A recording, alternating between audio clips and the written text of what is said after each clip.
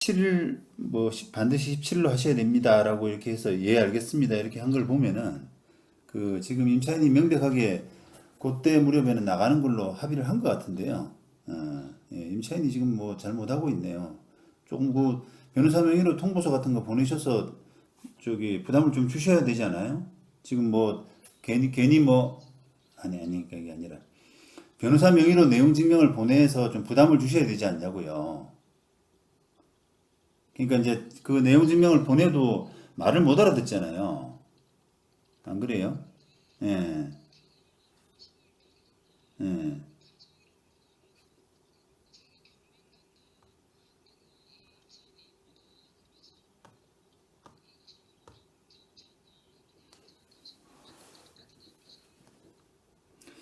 지금 다른 그 뭐 돈 욕심 때문에 그런지 뭔지 말귀를 못 알아듣잖아요, 임차인이.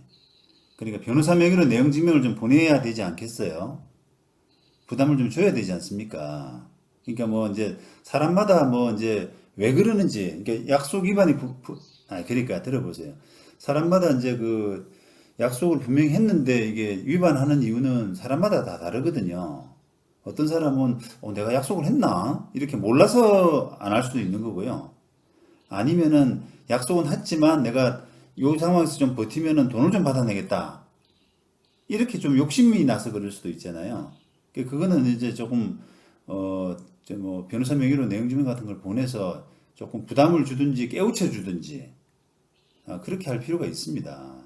안 그러면은 이게 지금 우리가 매매 계약 해놓은 상태에서 세입자가 안 나가게 되면은 손해가 막심하잖아요.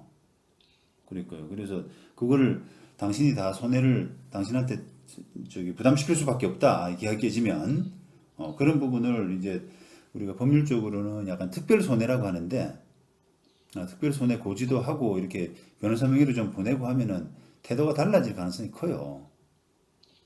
예. 그래서 이제 그래서 이제 그거를 뭐 저를 통해서 하시든지 아니면 다른 아시는 변호사님 있으면은 그 변호사님 통해서 하시든지 해서 조금 그 임차인의 부담을 조금 이게 증가시켜 가서 부담을 줘가지고 포기하게 만드세요. 이게 뭐 저기 임차인이 괜히 떼써가지고 이게 될 만한 문제가 아니거든요. 이게 자기가 마음을 접어야 되는 거예요. 예. 더구나 뭐 특약상 보면은 6월 20일까지 매도인이 명도 책임진다고 돼 있지 않습니까? 그러니까요. 그게 안 되면은 임대인 매수인한테는 물어주고요. 물론 이제 그쪽하고 이제 협의해서 이게 우리 사정이 아니니까 사실은 나와 무관하게 임차인이 저렇게 쓸데없는 그 뭐 행동을 해서 예상치 않은 행동을 해서 생긴 문제이기 때문에 뭐 손해배상 합의를 뭐 5천만 원이 아니라 3천만 원만 합의하는 걸로 이렇게 해서 깎는 수는 있겠죠. 근데 이제 책임 자체는 면할 수는 없을 것 같고요. 그리고 제가 매수인이라도 그거는 양보 안 할 것 같습니다, 별로. 그러니까 그냥 5천만 원만 돌려받고 끝내자. 이렇게는 절대 안 할 것 같아요, 그냥. 그래서 이제 그런 전제로 그 협의하고 하는 거는 좋아요. 금액을 좀 깎는다든지.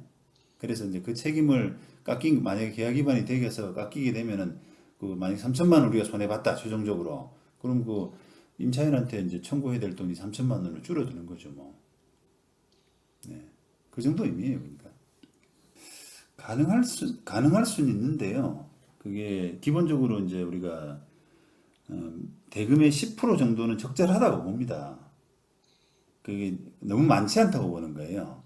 그러면 이 사건은 지금 5억 9천인데 10%가 안 되는 5천만 원을 걸었잖아요.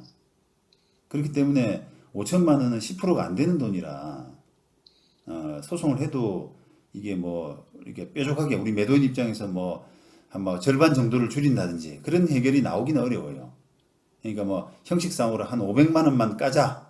4,500만 원만 내가 손해배상 할게. 뭐 이 정도 뭐 그거는 사실은 큰 의미는 없잖아요. 예? 5천만 원 물어주나 4,500만 원 물어주나 거기서 거기니까. 그냥 거의 다 물어주셔야 된다. 보는 봐야 되는 겁니다. 계약서대로.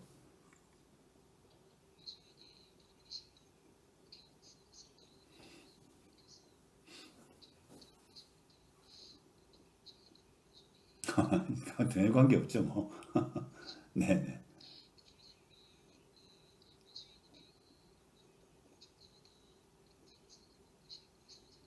그렇습니다. 그 방법밖에 없어요. 예, 맞습니다. 그 방법밖에 없다는 겁니다. 이게 이제 우리가 어떤 상황에 접했을 때, 갈림길에 섰을 때, 일로 갈지 절로 갈지 이렇게 막 애매한 상황이 있잖아요. 이렇게 되면 우리가 막 그 판단이 이제 막 그 헷갈리고 그 갈등도 생기고 하는데 이 상황은 딱 갈 길이 하나밖에 없어요. 그러니까 임차인 설득해서 포기하게 만드는 거. 거기 집중하셔야 됩니다.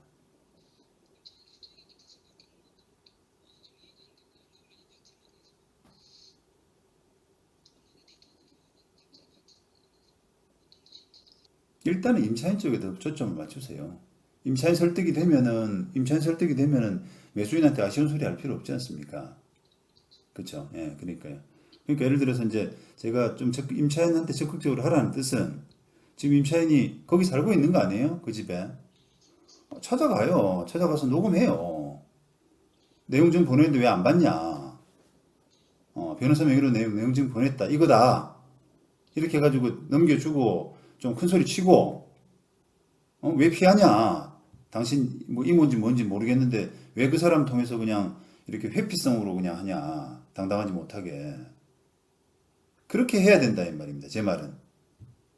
그래서 이제 임차인한테 좀 적극적으로 하라는 거예요. 찾아가서 녹음도 하고 내용 증명도 보내고 이렇게 다발적으로 막 부담을 좀 잔뜩 줘요. 그러니까